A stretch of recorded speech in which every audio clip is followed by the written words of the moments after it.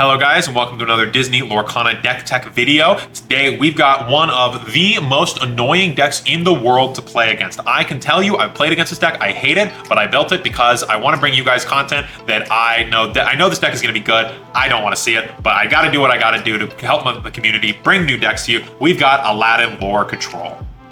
All right, so the name of this deck is Aladdin Lore Control, so we're going to start with our boy Big Aladdin over here.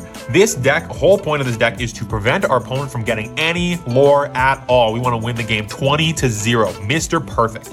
Now, this sounds like it's impossible to do, because we can't stop our opponent from questing ever. That's fine, we're going to take the lore after they quest for it, starting with this Aladdin. He's 7 mana, which is a lot, but he is inkable, so we're able to play 4 copies and not be too punished. If we see him in the early game, we can still ink him.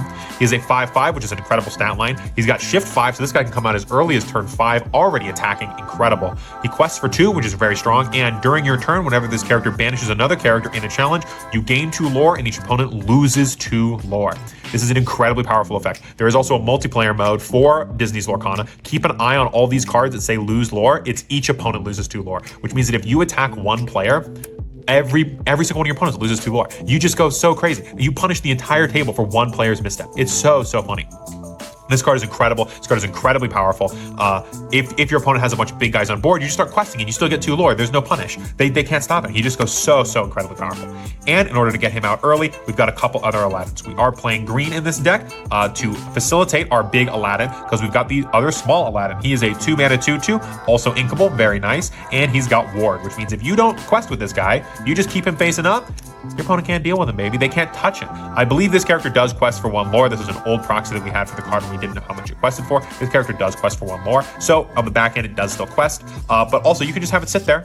Your opponent can't do anything about it until you shift Big Aladdin on them. And then you kill them and they win the game because they can't get any lore. And that's the only way to win the game right now, is getting lore. We've got our another 3 mana Aladdin, also inkable. Love that all these are inkable. It makes this deck so much nicer.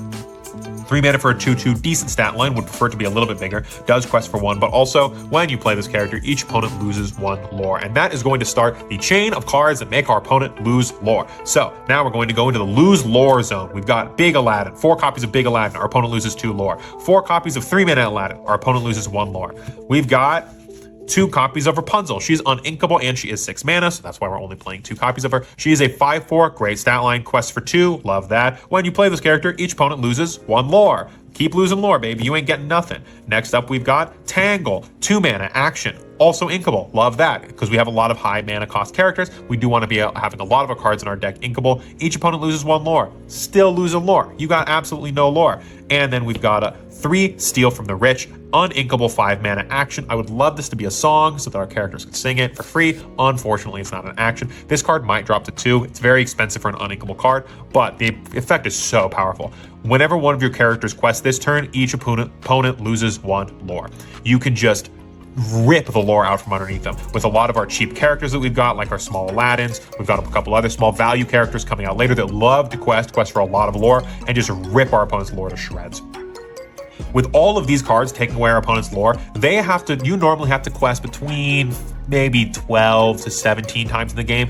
Your opponent's gonna have to quest like 27 times. It's just impossible for them to get any foothold. And you've got big attackers. Aladdin has a great stat line and is going to be destroying their board. Rapunzel, great attack line, great stat line, going to be tearing apart their board and their lore on the way out. This deck, this control package is just so incredibly powerful.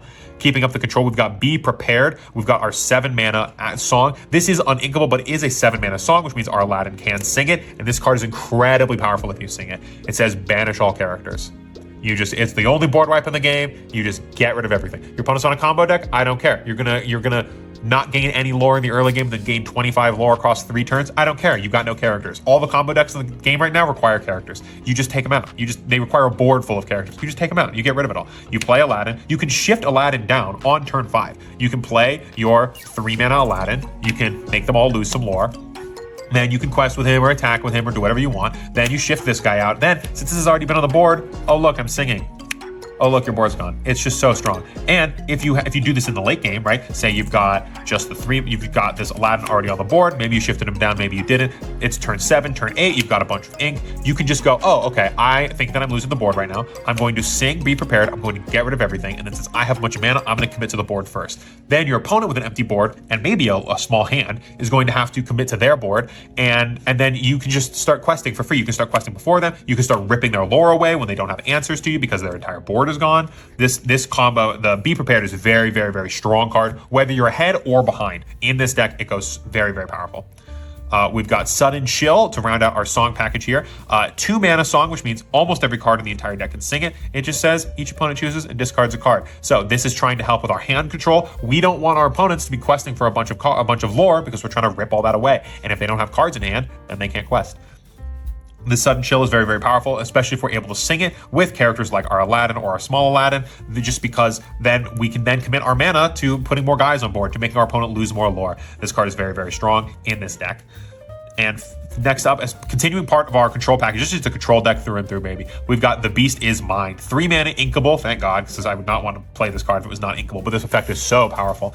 Chosen character gains Reckless during the next turn, which means that they can't quest and they must challenge if able. This is part of our ability to just stop our opponent from getting lore in the first place. We've got a bunch of cards that take away lore once we get them. This card can help prevent our opponent from getting lore. And also, this card is also incredibly powerful against a lot of those combo decks where they quest for a bunch of lore at once, or they have a bunch of synergies when they do quest. This says your card can't quest at all, which is very, very powerful, and they must challenge if able. So if you've got a board full of big dudes, which we've got some big dudes in this deck, they have to just suicide their guy straight into their deck, and they can't do anything about it because they must attack and they can't quest. They don't get their benefits, their guy dies, good to go.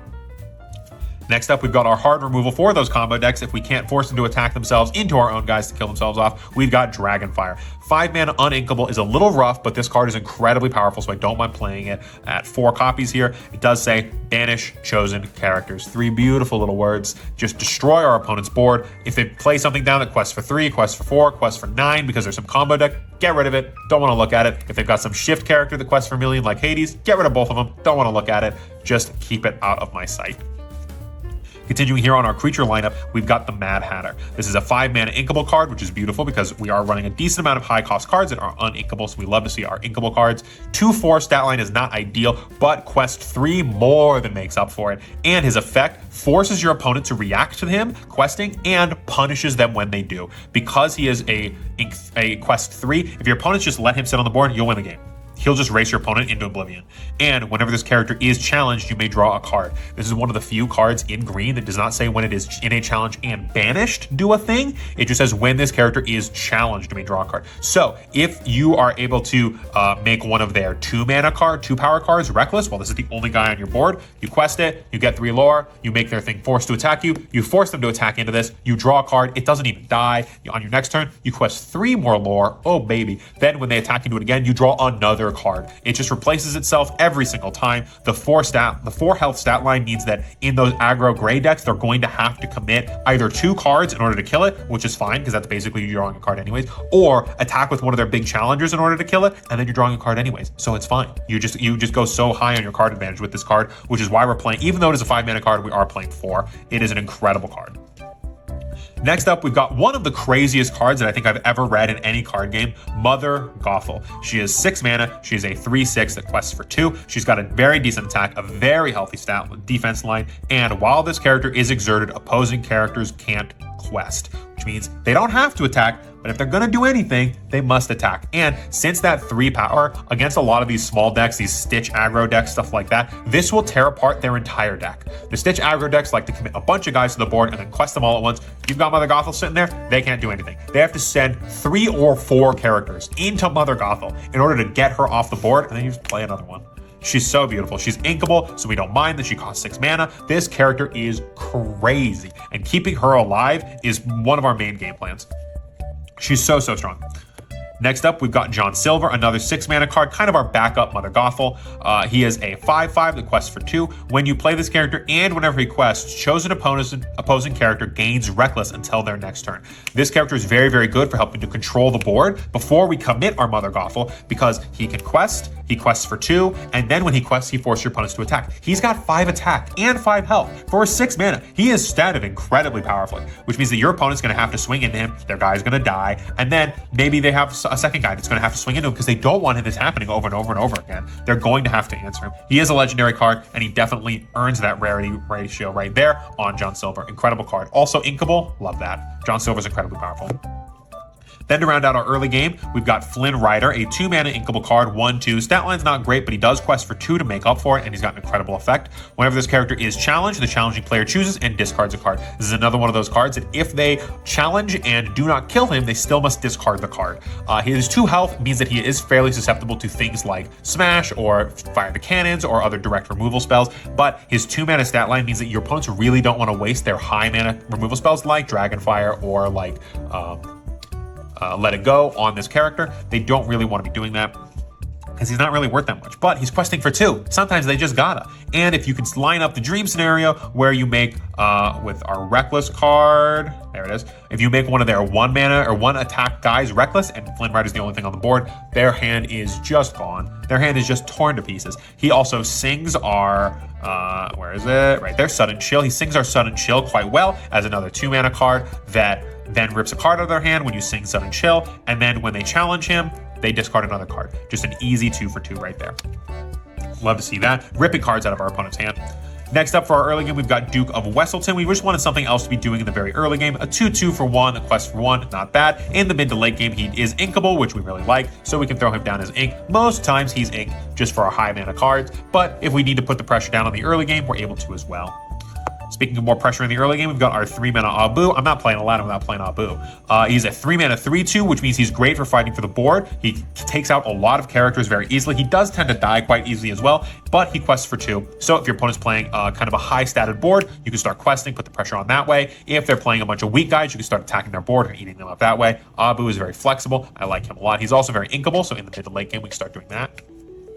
Rounding out our mid game, we've got Hans. This Hans, I think, is a crazy character. He's not very flashy, but I think he just wins you games without realizing it. He's a 4-mana 3/3, great stat line right there, and he quests for 3. Doesn't have any effect, doesn't need any more effect. This effect is crazy. Like, the just quest for 3 is so strong. This is the cheapest character in the game that quests for 3. Questing for 3 is very strong. Questing for 3 is mostly on like 6 and 7 mana characters. He comes down so early and puts down so much pressure on your opponent that they have to answer this card, or you're just going to run away with the game. And if they're answering this guy, they're not saving answers for John Silver, for Mother Gothel, for our big Aladdin, all of our losing lore characters, right? We're just going to rush them so hard on the lore aspect. And then once they slow us down, we're established. We're in the mid game already. By the time they've gotten answers for him, that's where we excel. We excel in the mid and late game. Speaking of late game, rounding out our late game, we've got 2 Mickey Mouse, Big Mickey, and 1 Big Maleficent. These cards are all crazy.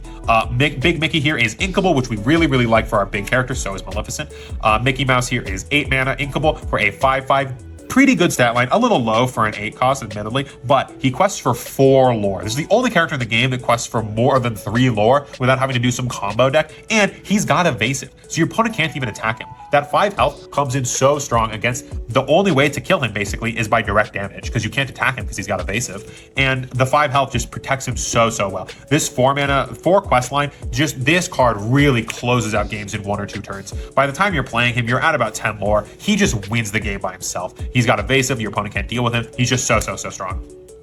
And rounding out our last card here, we've got 1 Maleficent, a 9 mana 7/5. Pretty aggressive stat line for the 9 mana. 9 mana is very steep. I believe this is the most expensive card in the game, or at least tied for the most expensive card in the game, ink-wise. But a 7 attack, 5 defense. Nothing to sneeze at for sure. Quest for 2 on the back end, love that. Dragonfire, the effect here, when you play this character, you may banish chosen opposing character. This is literally Dragonfire.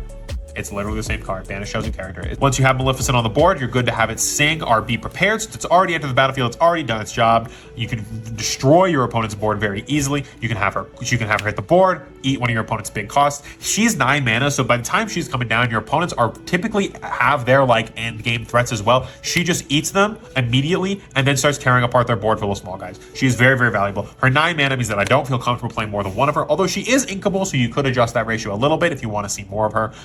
You can just commit one to inking. But the two Mickeys and the Maleficent rounding out our top end, I think is very, very strong, very versatile in going for board removal and getting our lore, while our like half this deck almost is dedicating to just preventing our opponent from getting anything on board, getting any lore, getting even if they do get lore, we take it from them. It's just, this deck is incredibly powerful. This deck is incredibly annoying to play against. You have nothing on board, you have no lore. Even though your opponent only has 5 lore, you've gotten 10 lore, but now you're looking at your number and you realize it's 0 and you feel very bad. This deck is a very, very, very fun control deck to be playing and a very miserable control deck to be playing against, as all good control decks do.